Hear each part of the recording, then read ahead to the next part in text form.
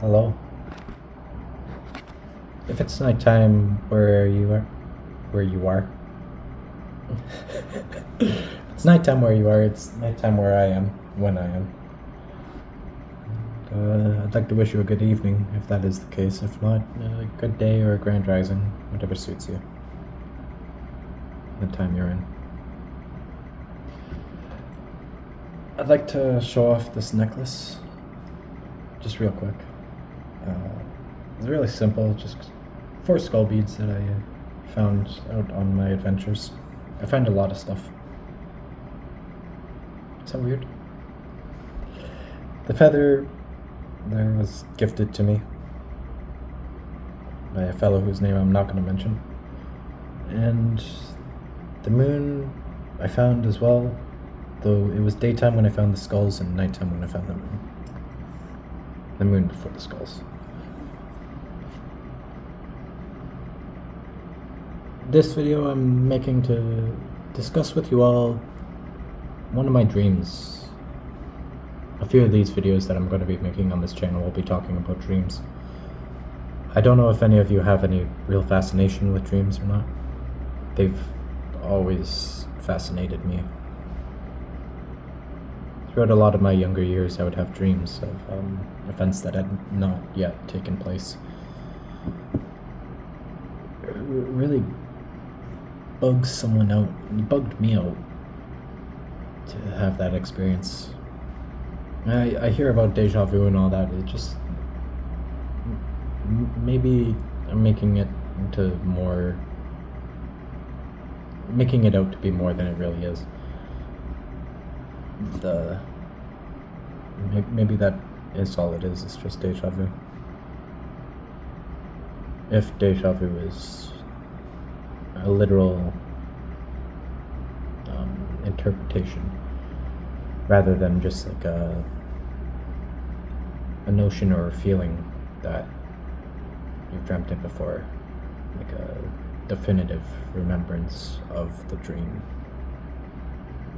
that had taken place before the actual event came through into reality. Other ones are less so like that. I'll be giving an example in this video, actually. I'll hop right into it. The dream I'm gonna be sharing with you guys tonight is one I had when I was in around 6 or 7, I believe.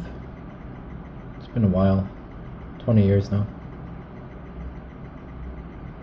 My father woke me up in this dream, into the dream. He was frantic in this dream, telling me, we gotta go. Not giving me any reason as to why. Just that we simply gotta move. He leads the way into another room. At first, it seemed like a house that I was living in at the time. The moment we walked into the hallway, though, that changed. And it felt more like other houses that I had yet to live in at that time. Only knowing this now, looking back, am I able to decipher that it has the same feeling as those other houses. I had no idea where the hell I was when I actually had the dream. Or that I would have a sense of familiarity with the rest of that house at that moment in time. We exit my bedroom into a hallway, and he leads me into another room. And in that other room, there's like a desk and a chair and like a window on the far-facing wall. And towards that far-facing wall, there's air return, like a grate of vent-looking thing in the little floor there.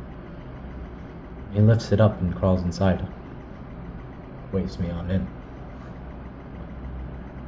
So I follow him. And we're crawling through all this ductwork. The frantic energy it held was passed on to me by that point in the dream, and I was feeling scared or anxious, not knowing where we were going, why we had to go.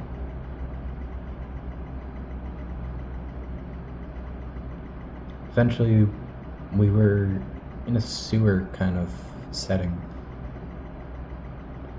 and I didn't think much of it in the dream. Looking back on that dream, I've always held it as weird that the environment around me can shift so seamlessly, almost, in the dream.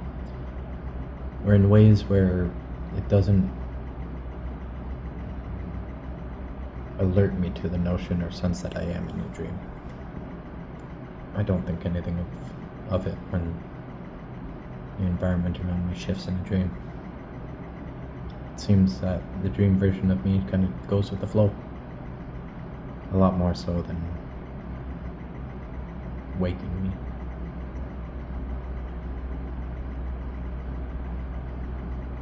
We end up in this sewer kind of environment, and there's a ladder in front of us. And my father starts crawling up the ladder. I follow him. Up towards the top, there's a manhole cover that he lifts off and pokes his head out. It goes up to about chest height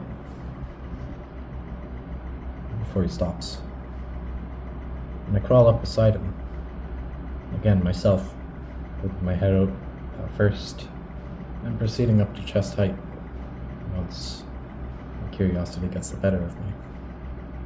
And the reason my curiosity gets the better of me is in front of us there are two lions,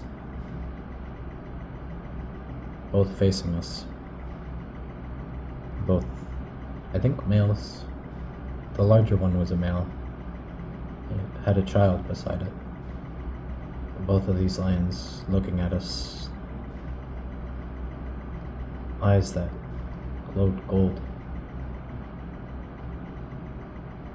They had their own luminescence, their own light being emitted. It was nighttime in the dream.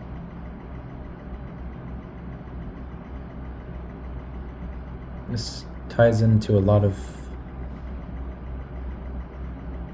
notions and feelings and thoughts that I've had later on in life. At the time, I wouldn't have expected that a single dream would have so much bearing.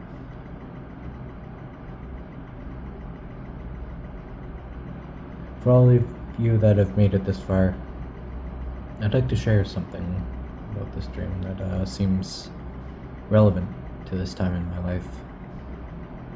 I've been experiencing a lot of anxiousness, a lot of nervousness, kind of similar to how I was feeling when I was crawling through that ductwork. I remember the feelings quickly faded in that dream when I had finally surfaced again. And while I am still sitting in the nervous anxiousness at the moment, I'm trying to roll with it, much in the same way Dream Me would, because nothing lasts forever. And feelings are no exception. Emotions, thoughts, and the likes, they're no exception. They won't last forever. And to any of you who are in a similar place to me, I hope that you're able to go with the flow and ride out whatever it is that you need until that change is brought. It always comes if we bring it ourselves or if it's brought on to us. Change happens. I hope you're all doing well. I hope the Creator smiles upon each and every one of you in your travels moving forward. And I hope you all stay blessed. Take care.